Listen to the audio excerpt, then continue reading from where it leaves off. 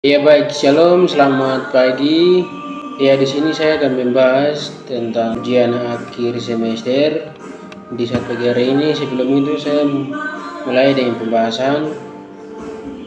Nama saya Albertson Mambo Puabia, NIM 2022 03 10 44 11 9, Fakultas Ilmu Sosial dan Ilmu Politik, Prodi Ilmu Pemerintahan. Iya baik, di sini ada 5 soal yang sebentar lagi saya akan bahas. Iya, soal yang pertama yaitu jelaskan pengertian pemerintah secara luas dan sempit. Yang kedua, jelaskan pendapatan saudara. Pemerintah dikatakan sebagai kebutuhan. Ketiga, mengapa pemerintah dikatakan sebagai ilmu pengetahuan. Yang keempat, jelaskan pengertian kekuasaan dan sumber-sumber kekuasaan. Yang kelima atau yang terakhir, kemukakan pendapatan manfaat dan tujuan mempelajari ilmu pemerintahan dalam bermasyarakat. Baik, pembahasan yang pertama yaitu dengan soal jelaskan pengertian pemerintahan secara luas dan sempit. Ya baik, di sini saya akan menjelaskan pemerintah dalam arti luas adalah segala kegiatan yang badan-badan publik yang meliputi kegiatan legislatif dan kuantitatif dan juga biasanya disebut sebagai yudikatif. Ya, di situ dimana usaha mencapai tujuan dan negara pemerintah, dan juga dalam arti yang dimaksud yang dijelaskan soal sempit adalah segala sesuatu yang kegiatan badan-badan publik untuk mau sampaikan. Itu jawaban nomor 1. Jawaban nomor 2 yaitu dengan soal jelaskan pendapatan saudara, mengapa pemerintah dikatakan sebagai kebutuhan.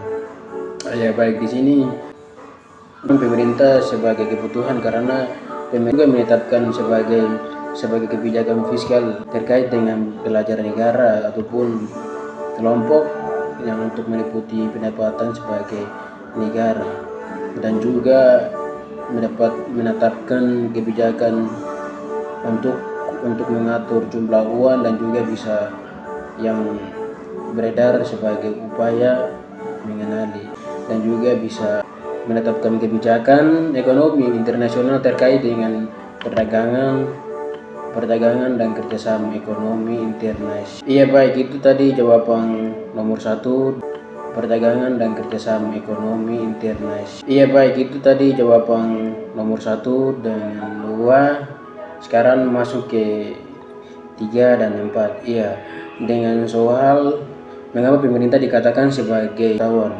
Bagi 3 dengan jawaban jelaskan pengertian kekuasaan dan sumber-sumber kekuasaan.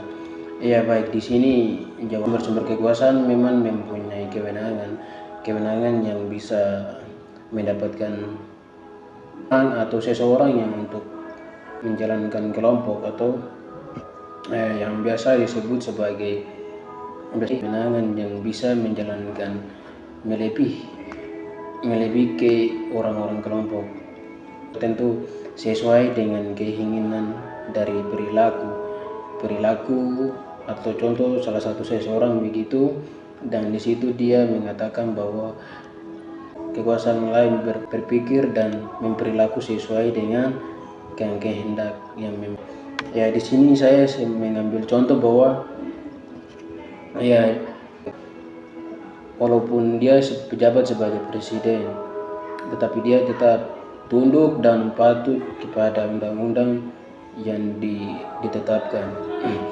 Ya, itu dari yang keempat. Yang kelima, dengan soal kemukakan pendapatan saudara, manfaat dan tujuan untuk mempelajari ilmu pemerintahan dalam bermasyarakat. Ya baik, di sini pemerintahan untuk mempelajari dalam bermasyarakat. Ya, salah satu contoh sebagai ada seseorang kulit hitam, dia mengundurkan diri sebagai anggota presiden contoh tahun 2014, dan di situ dia mendapatkan pejabat dan di situ memimpin, dia masa yang bagaimana untuk membawa Indonesia atau orang-orang tertentu untuk ke masa depan. Ya, itu maksud dan tujuan untuk mempelajari ilmu pemerintahan. Ya, di sini saya ambil contoh sebagai kawan-kawan atau teman-teman yang untuk mempelajari ilmu pemerintahan dalam bermasyarakat, untuk mendapatkan pengalaman dalam bermasyarakat supaya dia bisa mengabdi untuk mengajar, untuk sebagai dosen atau mahasiswa yang untuk macam KKN di kampung-kampung, dan di situ dia mempelajari ilmu pemerintahan dalam bermasyarakat untuk mendapatkan pengalaman dalam bermasyarakat supaya dia bisa mengabdi untuk mengajar, untuk sebagai dosen atau mahasiswa yang untuk macam KKN di kampung-kampung, dan di situ dia mengambil pengalaman dalam bermasyarakat supaya dia bisa pulang kembali ke dia punya tempat studi dan dia bisa menerapkan apa yang dia mendapatkan dalam bermasyarakat, dan di situ dia bisa mendapatkan nilai dan bisa mendapatkan pengalaman, gagasan dan lain-lain. Ya baik, itu dari saya, dan apabila ada salah kata atau menyinggung atau kurang pas, ya baik, sekian dari saya, selamat pagi.